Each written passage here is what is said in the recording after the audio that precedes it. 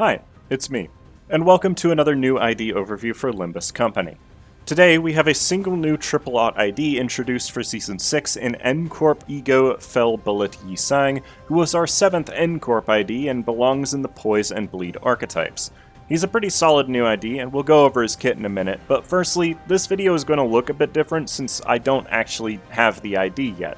This is mostly because I'm saving my pulls for Walpurgisnacht, and I would recommend that you do the same, but we'll get more in depth as to why this banner is not worth pulling on in a bit later into the video.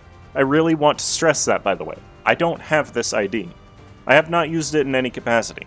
While I'm fairly good at figuring out which IDs are good and which ones are bad, I am also not perfect and I may end up being incorrect on my judgment of it. So please acknowledge that before using this video to form your own opinion of the ID. Now to start off, let's go over his kit. Fell Bullet revolves around two specific status effects, one of which being new and the other being old. The old one is called Torn Memory, which stacks up to 7, and that's all it actually does. The stack resets itself at the end of every turn thanks to his passive, and aside from that, it just amplifies effects found on the skills themselves. You may recognize it because it also is found on both Fell Bullet E.G.O that were already in the game. When his passive is filled, it also reapplies his Torn Memory after using his own Fell Bullet E.G.O. After all, it would have been a little strange for him to not synergize with it.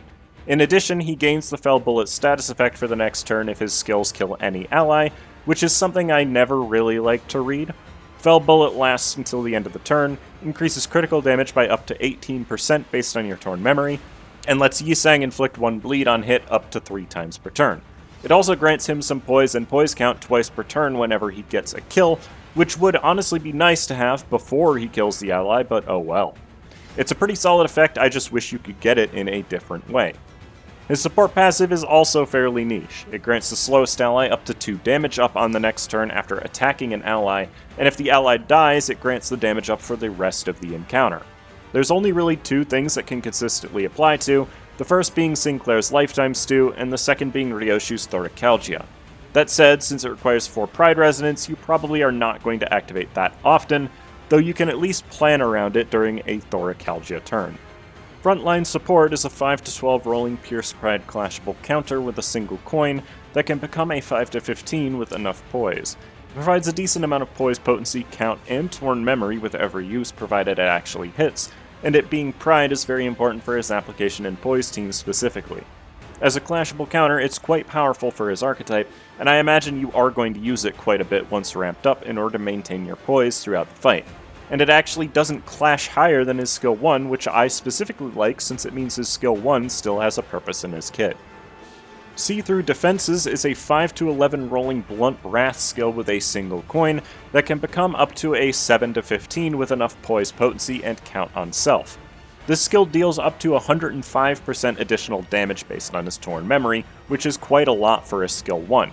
In fact, this is unironically a fantastic skill 1. It does only gain 1 Torn Memory without a crit and only inflicts bleed count on a crit as well, which is a little unfortunate.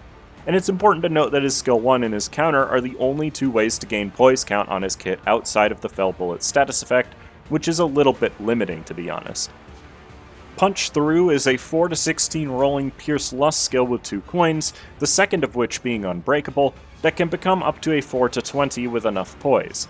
This skill can once again deal up to 105% more damage based on his Torn Memory, which is fantastic for damage, inflicts a good amount of bleed potency with critical hits, and generates a ton of poise potency. It can also generate up to 3 Torn Memory total, provided the second coin gets a hit, which is really nice. Aside from those things though, it's just a really solid skill too. In terms of how this ID works with unbreakable coins, while they are helpful for consistency, he's a bit too frail to be able to take advantage of them more than once per fight. Being weak to blunt and having 3 stagger thresholds makes him really hard to keep alive after a lot of hits, even with his +2 natural defense level. Target Readjustment Fire is a 4-18 rolling Pierce Pride skill with 2 unbreakable coins and 2 attack weight that can become up to a 6-22 with enough poise potency and count. This skill prioritizes whichever viable target has the lowest HP, and if you have 7 Torn Memory, it will always pick an ally as the main target, though it can pick an ally whenever as long as that ally is the unit with the least HP. It's also the only way for Yi-Sang to actually lose his Torn Memory stack, reducing it to 0 after using it if you used it while you have 7. It also does give a decent amount of poise before using it, and gains attack weight for every 3 torn memory you have. This skill works like Yi Sang's Fell Bullet E.G.O does. The first coin only hits the main target, while the other only hits sub-targets. That said, if the main target is an enemy, it will only hit the main target again, which is a little odd the way that it's pointed out. The first coin also deals a ton of extra damage and crit damage if the main target is an ally, and always deals fatal pierce damage regardless of their resistances. When the first coin kills an ally, not only do you hit every sub-target with the second coin, but you also get a 280% damage bonus on top of all the other damage bonuses you can already get. Altogether, it can deal as much as 520% additional damage, provided that you land a crit based on your torn memory, how much poise you have, and how much damage you did to the main target compared to their max HP percentage. It also inflicts a bunch of extra bleed if the first coin defeated the main target as well. This amount of additional damage can result in a lot of additional power, enough to make it about the same as using Full Stop Heathcliff's non-empowered skill 3 against 3 separate targets at once, which is obviously incredibly strong. The big issue with this skill is that there isn't currently any content in the game where you would need that level of damage against that many targets at once. Any fight where that level of damage is significant typically only has one target to begin with, and any fight with enough targets usually means those targets don't have enough HP to make it worthwhile. And then there's the matter that you don't even need to use this ID for Yi Sang to do this exact same thing. Yi Sang's Fell Bullet E.G.O, while it doesn't deal quite as much damage per target, is capable of not only serving the exact same purpose, but also provides more team support by giving allies poise upon doing so. This ID does perfectly fuel Fell Bullet, it would have been really weird if he didn't, so it isn't like this ID wouldn't also be able to utilize it as an option. Sadly, he doesn't really have any other E.G.O that he fuels very well, but at least the one that he does is synergistic with his kit. Now that the kit is out of the way, let's briefly discuss why this ID isn't getting the best reception from anyone, despite his really high consistent damage. It results in an issue with opportunity cost more than anything else. You see, Yi Sang already has options for both bleed and poise on other IDs that are incredibly solid, and more available, if not better than this ID for those specific teams. This ID is competing with Ring Pointillist Student Yi Sang for bleed teams, Blade Lineage Saosu Yi Sang for poise teams, and the Pequod Harpooner Yi Sang for combinations of the two. In terms of his use in bleed teams, it's not really much of a competition. Fell Bullet's bleed infliction is very low in comparison to Ring's, and Ring is just overall far more reliable. When it comes to poise teams, Fell Bullet is actually a better damage dealer than Blade Lineage Yi Sang on paper. When fully ramped up, and when examined in a vacuum, Fell Bullet does beat out Blade Lineage in terms of damage, though not in clashing thanks to Blade Lineage's passive. The problem is that these IDs do not exist in a vacuum. Blade Lineage Yi Sang ramps up infinitely more quickly and deals a lot more damage when paired up with Blade Lineage Merceau, who is pretty much always a core unit in a poise team. Not only that, but Blade Lineage Yi Sang's skill 3 doesn't rely on killing an ally to deal absurd damage, and he actually feels Fell Bullet better than Fell Bullet does somehow. Now, that is ignoring the fact that Fell Bullet is not a slash ID. In terms of existing in a poise team with pierce skills, he is thankfully competing with a double odd ID in Pequod Harpooner Yi Sang. And in this case, I think he actually is the better choice. This is mostly because Pequod Yi Sang's ability to clash is abysmal outside of his skill 3, even when fully ramped up. I do believe that Pequod deals more damage on skill 2 under best case conditions thanks to it hitting 5 times, but outside of that and his better bleed infliction, he is pretty handily beaten by Fell Bullet in the majority of categories. There's also a piece of information that I personally dislike in this kit, and I know not everybody agrees with me on this, but I absolutely hate effects in this game that rely on specifically killing a different ally to activate. I called Yi Sang's Fell Bullet E.G.O bad in my poise guide, and I admit I should have clarified that it's great for speedrunning the Refraction Railway, but in the majority of cases you will get more use out of just keeping your allies alive. Plus, the kill not being guaranteed really bothers me for the fact that it can make it so I've wasted an opportunity to use that specific effect. There are good targets to kill for stuff like this. Lantern Yi Sang inflicting a ton of rupture to enemies and granting a bunch of E.G.O resources when he is killed, and is actually a great use for Ryoshu's Thoracalgia Corrosion to get a bunch of extra poison resources.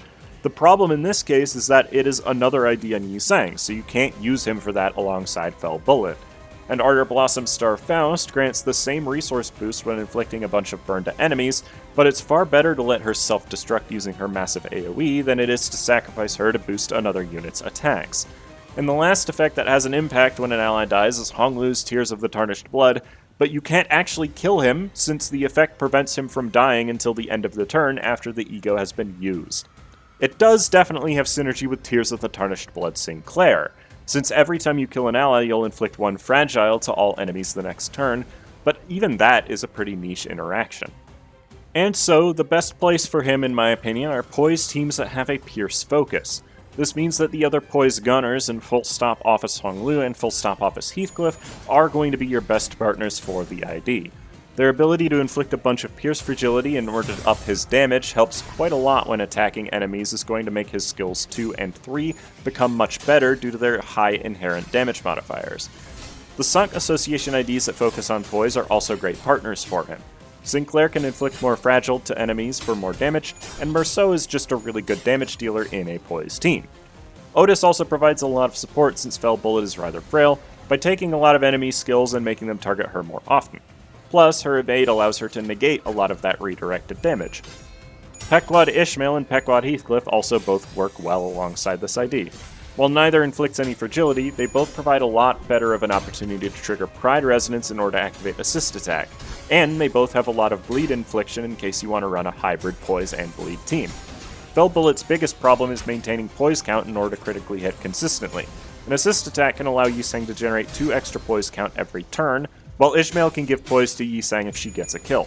Oh, and Heathcliff is just generally a good unit.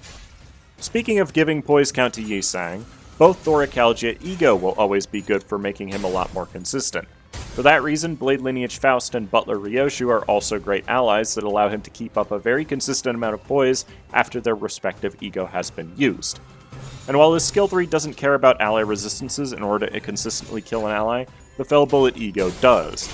There's not a lot of great units to intentionally kill using a Pierce attack, but if you want to bring somebody exclusively for that purpose, LCD Sinner Sinclair is probably your best option. And that's about all I have to say about this new ID. While I don't think he's necessarily the best, I do believe he's a pretty good unit to use if you're waiting to get a better unit for Yisang. That said, definitely do not pull on this banner. Not only is it only one ID, but Valpurgis Noct is soon, so save your resources even if you really want him. Now that Blood Fiend banner is worth pulling on though, especially since those 4 IDs can't currently be sharded and are all fantastic bleed units and general units.